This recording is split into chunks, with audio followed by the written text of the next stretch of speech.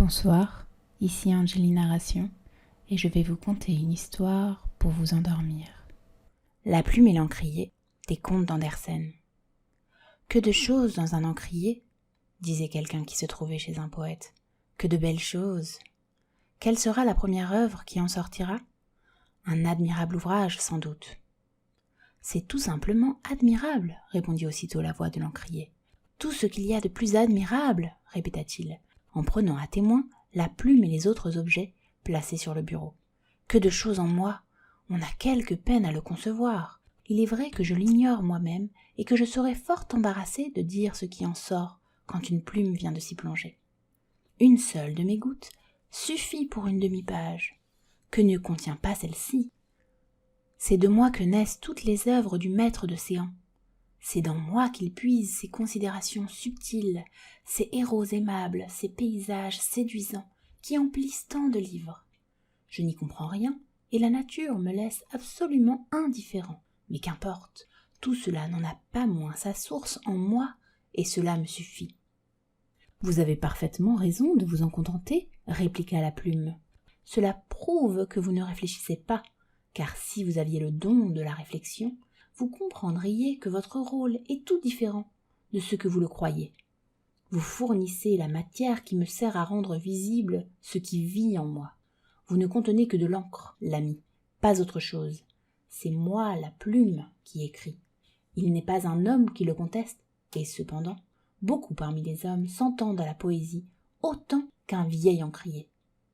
Vous avez le verbe bien haut pour une personne d'aussi peu d'expérience. Car vous ne datez guère que d'une semaine, mamie, et vous voici déjà dans un lamentable état. Vous imagineriez-vous, par hasard, que mes œuvres sont les vôtres ? Oh, la belle histoire ! Plume d'oie ou plume d'acier, vous êtes toutes les mêmes, et ne valez pas mieux les unes que les autres. À vous le soin machinal de reporter sur le papier ce que je renferme quand l'homme vient me consulter. Que m'empruntera-t-il la prochaine fois ? Je serais curieux de le savoir. Pâteau, conclut la plume. Cependant, le poète était dans une vive surexcitation d'esprit lorsqu'il rentra le soir. Il avait assisté à un concert et subi le charme irrésistible d'un incomparable violoniste. Sous le jeu inspiré de l'artiste, l'instrument s'était animé et avait exhalé son âme en débordante harmonie. Le poète avait cru entendre chanter son propre cœur, chanter avec une voix divine, comme en ont parfois des femmes. On eût dit que tout vibrait dans ce violon, les cordes, la chanterelle, la caisse, pour arriver à une plus grande intensité d'expression. Bien que le jeu du virtuose fût d'une science extrême, l'exécution semblait n'être qu'un enfantillage. À peine voyait-on parfois l'archer effleurer les cordes, c'était à donner à chacun l'envie d'en faire autant avec un violon, qui paraissait chanter de lui-même, un archer qui semblait aller tout seul. L'artiste était oublié, lui, qui pourtant les faisait ce qu'ils étaient, en faisant passer en eux une parcelle de son génie. Mais le poète se souvenait, et s'asseyant à sa table, il prit sa plume pour écrire ce que lui dictaient ses impressions. Combien ce serait folie à l'archer et au violon de s'enorgueillir de leur mérite ? Et cependant, nous l'avons cette folie, nous autres poètes, artistes, inventeurs ou savants.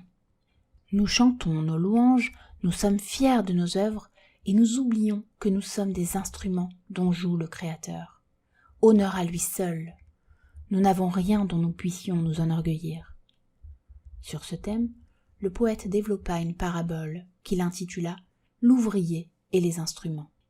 « À bon entendeur, salut, mon cher, dit la plume à l'encrier après le départ du maître. Vous avez bien compris ce que j'ai écrit, et ce qu'il vient de relire tout haut ? Naturellement, puisque c'est chez moi que vous êtes venu le chercher, la belle. Je vous conseille de faire votre profit de la leçon, car vous ne péchez pas, d'ordinaire, par excès de modestie. Mais vous n'avez pas même senti qu'on s'amusait à vos dépens. Vieille cruche, répliqua la plume. Vieux balai, riposta l'encrier. Et chacun d'eux resta convaincu d'avoir réduit son adversaire au silence par des raisons écrasantes, avec une conviction semblable on a la conscience tranquille et l'on dort bien. Aussi s'endormirent-ils tous deux du sommeil du juste.